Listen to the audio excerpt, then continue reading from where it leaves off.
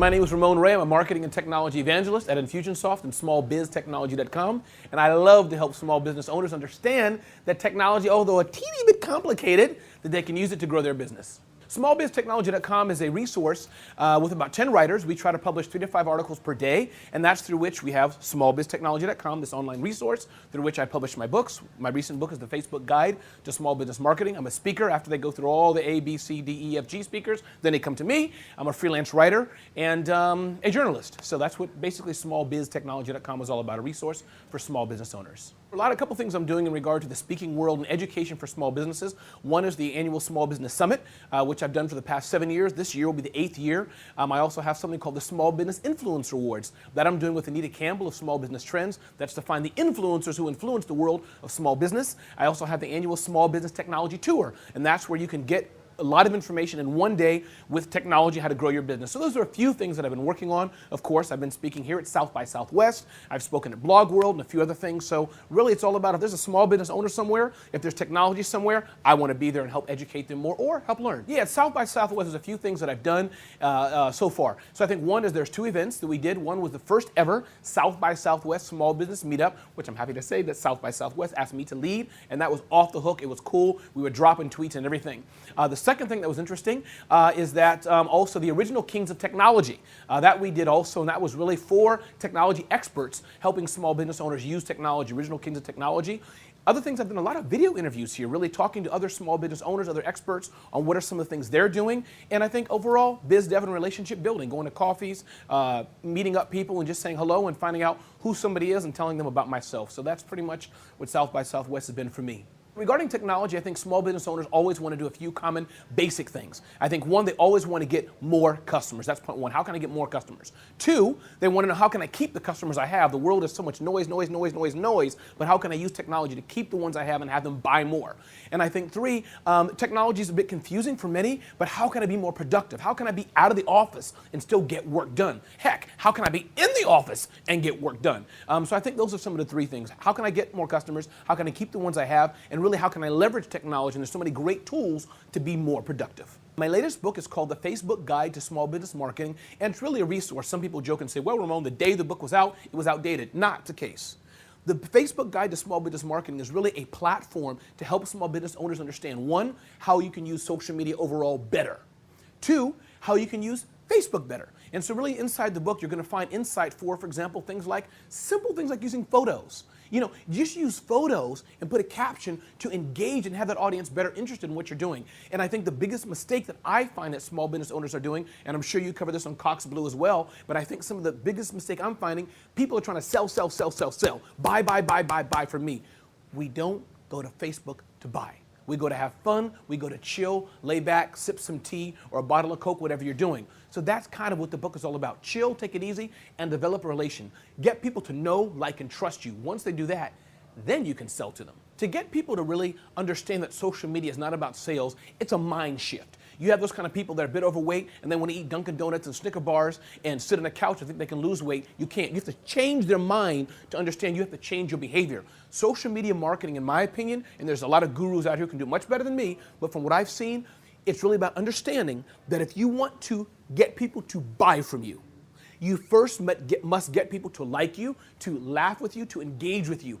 And that's the secret of really marketing on Facebook and other platforms. So I think really to small business owners who may be watching this, you have to change your mind. You have to reorient how you're doing things and get out of the mode that, oh my God, it's the end of the quarter. I gotta have somebody buy from me. That's true. But on social media, if you want to work it well, it's just like going to a bar trying to get a girl or something like that. Take your time. Just say, hey, listen, can I say hi to you? That's really what it's about. Start slow, warm people up. You will make that sale, but it's not going to be today. And that's what social media is all about. And if you have to make it today, you might as well just do a radio ad and buy 1-800, call a phone number to buy from you. This is not what social media is about. I do think to some degree, I think there's a lot of tools out there and all could be good in one way or another. But what I like about social media, it's an equalizer. Of course, you have big companies that can spend a lot of money. You had Honda. I think in the Super Bowl, they said facebook.com/Honda. Small business owners can't do that advertisement on the Super Bowl, for example. But you know what? They can go to Facebook and they can say, I want to target men who are this age, who live here and have this kind of interest. They can do that for $25. $50. If they succeed, if they rock it, if they crush it, they can spend more, and then the more they spend, the more sales they'll get. So I think really social media is a leveling, is a level playing field for small business owners to spend a little bit. You can fail fast and fail for a shorter distance than back in the day, 10, 20 years ago. You got to spend all this money, and you know what? It didn't work, and you waste a lot of money. So I think social media for sure is an equalizer for all businesses. A few things small business owners can do to really make sure they're getting that ROI, that return on investment. I think one, you want to develop some sort of product or platform to draw people in initially. That's point one.